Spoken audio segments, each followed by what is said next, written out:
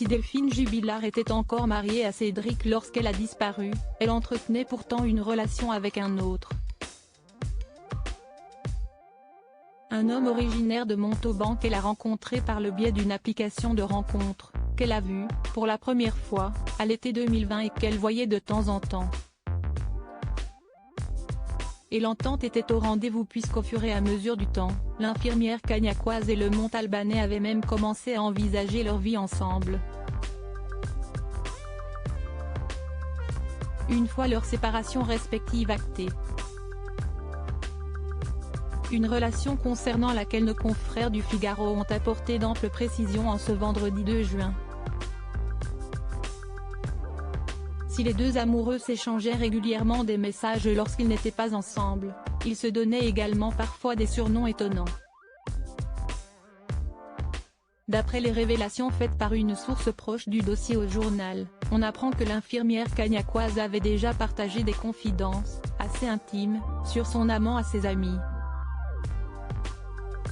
Notamment sur leurs ébats sexuels où elle espérait que l'homme montalbanais soit plus performant la prochaine fois. Mais cela ne s'arrête pas là.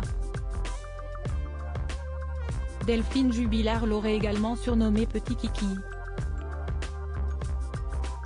Des révélations face auxquelles maître Emmanuelle Franck, avocate de Cédric Jubilard, a réagi. On est loin du prince charmant et du grand romantisme, a fait savoir la femme de loi. Supérieure à lire, minute par minute, Delphine Jubilard, retour sur le jour où elle a disparu. Delphine Jubilard, les confidences de son amant à l'une de ses amies. Toujours d'après les révélations faites par cette même source proche du dossier au Figaro, on apprend que quelques jours après la disparition de Delphine Jubilard, son amant avait échangé des messages avec l'une de ses amies. Une discussion qui portait exclusivement sur l'infirmière. Et à l'ami de la mère de famille, le Montalbanais aurait notamment partagé quelques confidences sur le déroulé de leur précédent rendez-vous.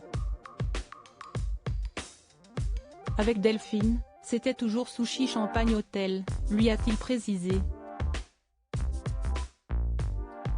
Avant de révéler ensuite, elle me revenait chère. Mais bon, j'avais un bon retour sur investissement. Des confidences pour le moins graveleuses. Pour rappel, Cédric Jubilard, principal suspect dans cette affaire, demeure présumé innocent des faits qui lui sont reprochés jusqu'à l'annonce du verdict. Crédit photo, capture d'écran Facebook.